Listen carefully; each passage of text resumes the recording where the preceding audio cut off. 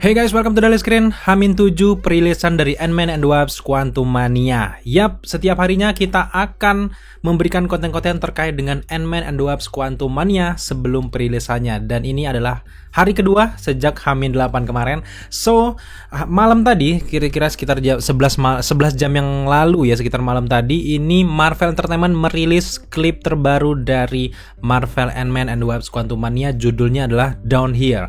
Wow, dari Down Here itu kayak berasa benar-benar menggambarkan bahwa Ant-Man Family ini akan masuk jauh lebih dalam lagi ke dunianya Kang the Conqueror ini. Dan sejauh ini premier sudah diadakan di Amerika sana, dan gue udah lihat cast-castnya, beberapa tambahan-tambahan yang menarik di sana, dan ada beberapa teori sebenarnya terkait itu, tapi kita dibuat di video selanjutnya aja, jangan di video reaction. Kali ini kita akan reaction TV spot yang berjudul Down Here ini. Tanpa berlama-lama lagi, kita akan reaction. Let's go. Scott, you have a chance to be the hero and earn that look in your daughter's eyes. Yap, benar-benar flashback ya. Everything changed. Everything changed. The doorway to the quantum realm has opened. You've made people Yang baru guys. but the hell is your league, Ant-Man? This place, it changes you. It made a monster who thinks he's a god.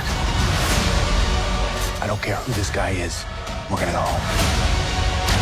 We'll stop him together. You think you can beat me? I am Kang! You ready? Ready. Marvel Studios' Ant-Man and the Wasp: Quantumania. Momentum, right? Jump, tap. You see what I did? No, you're like this small. Rated PG-13. This Get small. tickets now. Yap.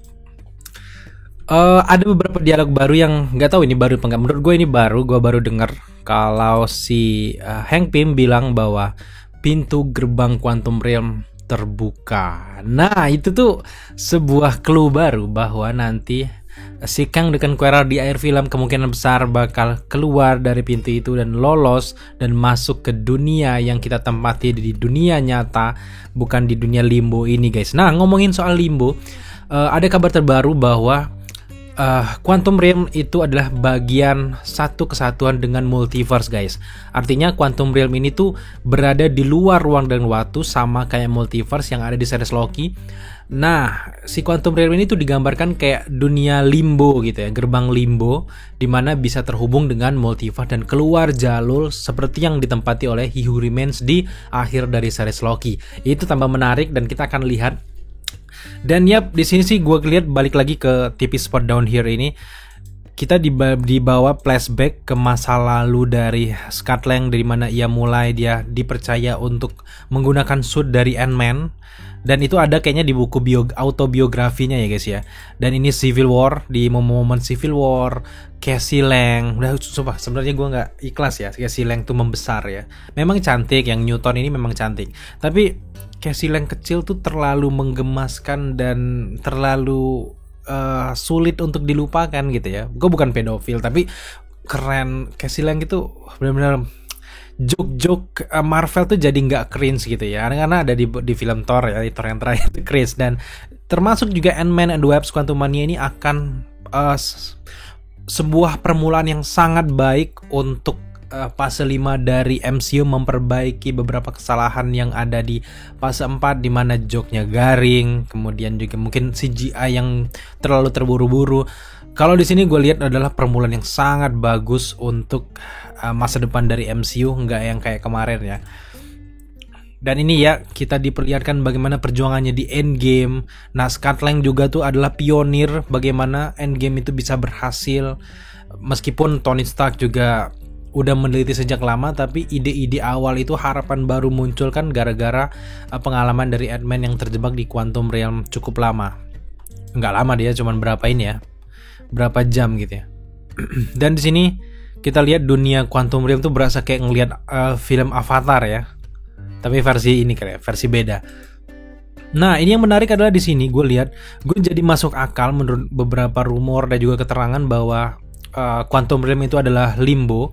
Ini ada banyak sekali bolongan-bolongan guys. Dan bolongan ini, gerbang ini tuh gue yakin adalah keluar masuk jalur ke multiverse yang membuat Kang ini bisa menguasai seluruh dunia termasuk He Who Remains. Hanya saja selama ini Kang versi varian ini tuh yang benar-benar nggak bisa kemana-mana karena ada si sosok He Who Remains, atau kalau dalam komik gue yakin dia adalah Immortus gitu ya guys ya.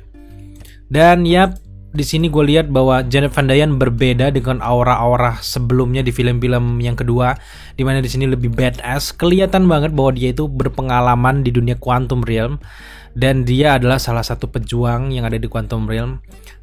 Sejauh ini kita diperlihatkan bagaimana megahnya apa yang dilakukan oleh Kang. Ini kayaknya time chair-nya ya. Time chair-nya tuh bisa kemana-mana. Ginilah bentukan asli live action dari time chairs-nya si Kang yang bisa membuat dia kemana-mana aja. Gila sih.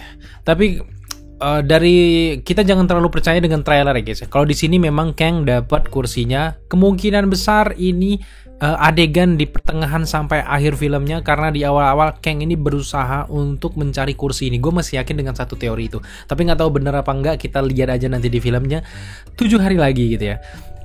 Dan ya tidak ada yang baru. Di sini kita lihat bagaimana pertarungan dari Kang dan juga Scott Lang. Dan lagi-lagi gue suka sifat dari Scott Lang. Dia bilang, gue nggak peduli siapa cowok ini, yang penting kita bantai gitu ya. Bener-bener ketololan dan juga kecerobohannya itu justru bisa memberikan harapan baru sih menurut gue. Itu yang unik dari sosok Scott Lang yang ada di Marvel Cinematic Universe menurut gue. Yap, ini sih pertarungannya ya. Klip-klip potongannya dan pertarungannya epic parah sih sumpah. Tapi memang kita nggak bisa berteori apa-apa lagi ya, karena semua tuh jor-joran udah diperlihatkan. Apalagi yang kita harapkan, yang agak sedikit scene-nya itu adalah MODOK. Lebih banyak Kang. Ya mungkin Kang di sini adalah debutnya.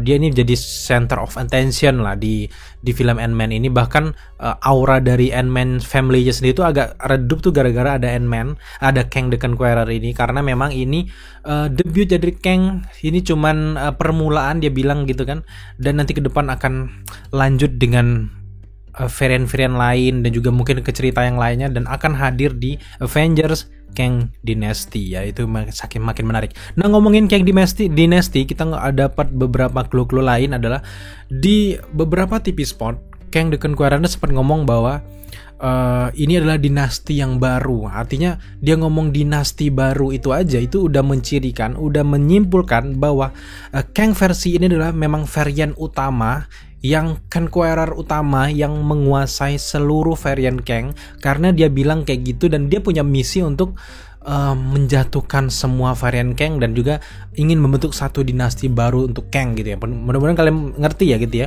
Jadi bisa tadinya gue masih agak kurang percaya ini variannya apakah bakal meninggal di film Ant-Man nanti atau bakal ada varian-varian lain gitu ya. Tapi yang paling utama gue yakin Kang varian ini adalah yang akan menguasai dan mengacaukan seluruh multiverse dari Marvel hingga ke New Dynasty nantinya. Dan gue bener-bener penasaran, dan gue juga sebenarnya pengen ngelihat varian-varian Kang yang lain. Hanya saja memang ini kayaknya yang bakal menjadi Kang utama, dan ceritanya pun nggak serumit kayak di komik kayaknya. Untuk di versi live action lebih dipersingkat, yang penting mungkin dibuang. Gue sih berharap ada Dewan Kang yang ada kayak di komik, yang mereka berkumpul dalam satu stadion pertemuan gitu ya. Gue pengen lihat itu sih di project Marvel ke depannya.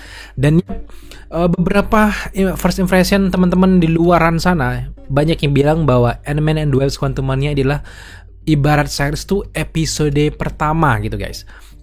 Jadi kalian belum kan terlalu terpuaskan dengan film pertama ini untuk kejadian-kejadiannya versi Kang, dan ini fokus ke masalah yang ditimbulkan oleh Ant-Man family aja, tapi tidak berpengaruh banyak dengan ancaman yang dibuat oleh Ant-Man, dibuat oleh Kang the Conqueror.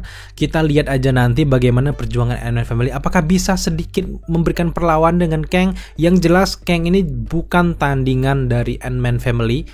dan dia jelas tandingan dari seluruh gabungan Avengers. Itulah kalau dalam komik Kang itu kenapa benar-benar tertarik dengan abad superhero age kalau nggak salah, itu zaman superhero, karena satu-satunya yang bisa mengancam dirinya dari seluruh perjalanannya di multiverse adalah anggota dari Avengers ini. Kenapa? Itu makanya ada Kang Wars, dan juga kenapa dijelaskan di beberapa dialog bahwa apakah aku pernah membunuhmu sebelumnya. Nah itu memang artinya di dalam live action MCU sudah terjadi yang namanya Kang Wars, yang dia bisa mengalahkan para Avengers yang menyebabkan banyak luka-luka di sini. Itu kemungkinan kejadian setelah dia bertempur dengan para Avengers, yang ujung-ujungnya dijelaskan dalam trailer sebelumnya bahwa para Avengers ini akhirnya meledak setelah beberapa saat, setelah beberapa pertarungan sebentar, meledak, kalah gitu ya. Di momen ini Avengers di universe lain itu kalah melawan Kang the Conqueror. Dan kita sejauh ini itu saja untuk video kali ini, karena besok gue bakal buat video lagi untuk kalian, dan ada beberapa klip-klip menarik yang bakal gue reaction dan juga bahas. Tunggu saja konten menuju Quantum Mania kita, dan sekarang Hamin 7, besok Hamin 6 guys. Thank you teman-teman sudah menyaksikan reaction dan juga review kita kali ini. Jika kalian suka dengan konten seperti ini, jangan lupa dukung kita dengan cara subscribe, like, komen, dan share, serta jangan lupa juga untuk nyalakan notifikasi agar kalian mengetahui apabila kita mengupload video setiap harinya. Thank you guys.